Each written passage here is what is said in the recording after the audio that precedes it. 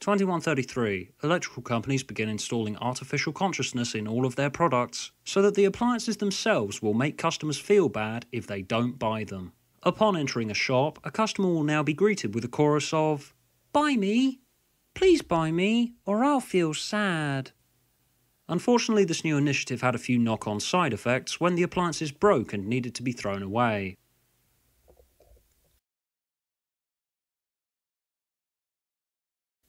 Epson, not again. "I'm sorry, Gary, I just feel really sick today," said Epson the printer.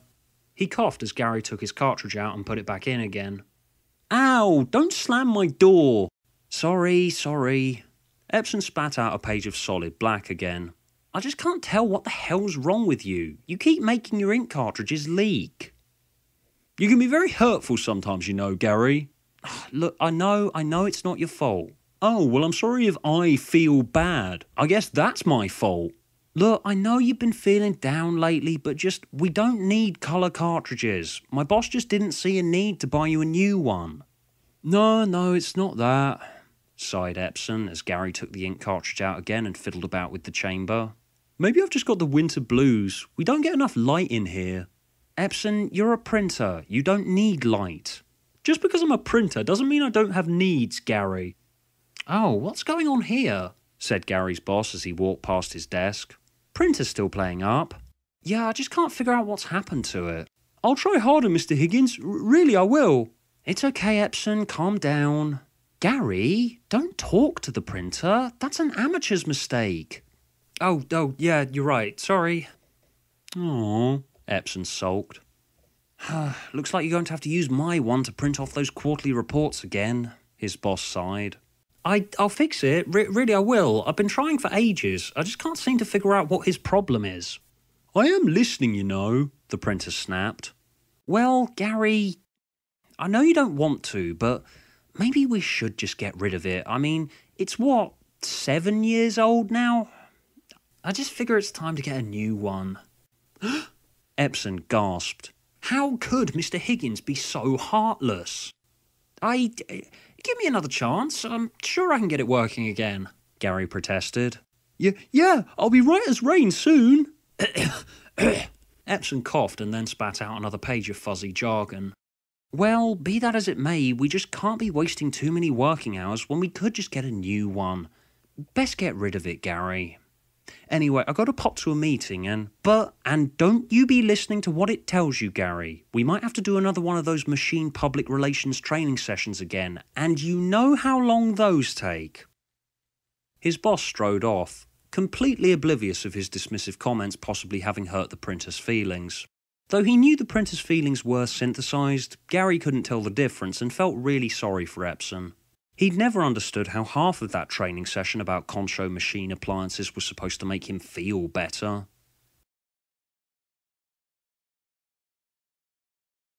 Please don't kick me out," Epson wailed as Gary put him on the floor by the rubbish bins. Where am I supposed to go? What's a printer like me supposed to do on the streets? I don't even have legs. I can't go anywhere." I'm sorry, Epson, but my boss said this is where you need to go now. We don't have any use for you here anymore." But... Epson fumbled for an excuse to stay. But I thought we had a special bond." "Epson, look, Epson, you're a printer. Printers print, and if you can't print anymore..." But I want to stay." Epson started sobbing and leaking ink again. "Oh, Epson, you're getting ink all over yourself." "Oh, like you care." Epson snapped and fell onto its back. "You just want me to keel over and die, don't you?" "Epson, look, really, it's no hard feelings, just... my boss said you got to go. We can't hang on to all our old appliances. You'd take up too much room in the office." "Oh, I see. So you'd just do this with anything once you had no use for it anymore." "Oh yeah, I chatted to that shredder before he got carted away. He was distraught, Gary, he was distraught." "Epson, look, if I don't do what my boss says, I get a disciplinary. If I get too many of those, I get fired. Look, my hands are tied here." "Judas, I see money's more important than friendship." You're a printer, and you're my colleague. Printers print, and you can't print anymore." Fine, just leave me. I'll be fine out here on the cold street, unplugged and unwanted. I'm sure some friendly rats will nest in my chamber or something.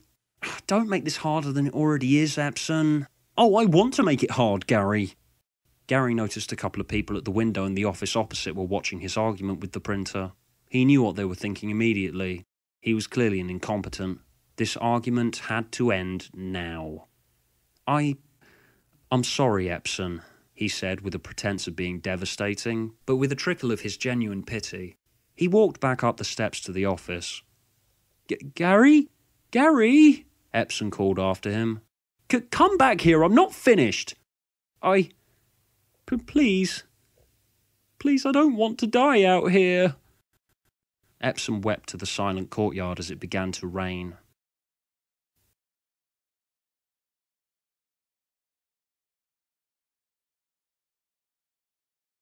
Gary was sat in the office browsing the internet for new printers for the next hour or two.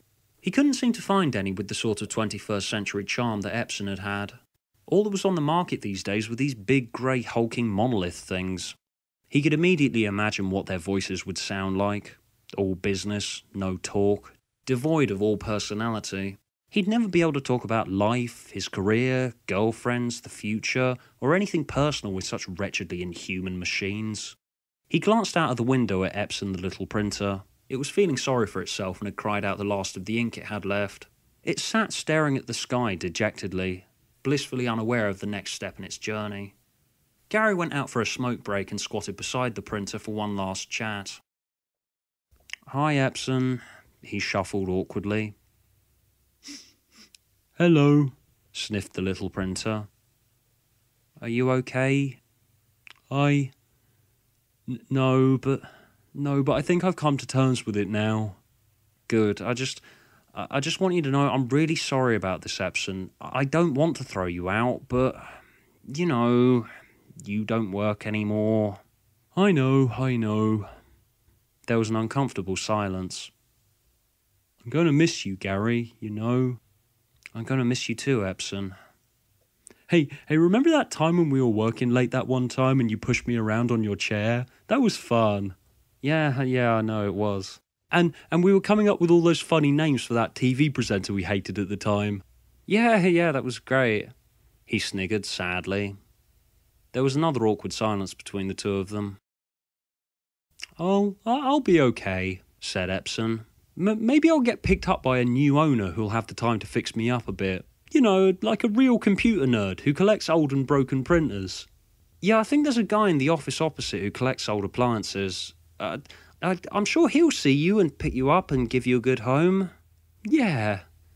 And I'll email you all the time as well. Well, unless I bother you. No, I'd love that, Epson, I'd love that. I hope my replacement's nice. Maybe you could get one of those big, nice, shiny ones with a photocopier attachment and everything. Oh, let's not talk about that. Well, just so long as you know, I want you to be happy. I know. No hard feelings, eh? No. Anyway, you better get on and do those quarterly reports while Mr. Higgins' printer's free. Yeah, I know. Goodbye, Epson. Bye, Gary. Gary trudged back up the steps, glancing back at the old printer over his shoulder. Ooh, hello, Epson said, as a man in fluorescent orange overalls came over and picked him up. Ooh, I'm going somewhere.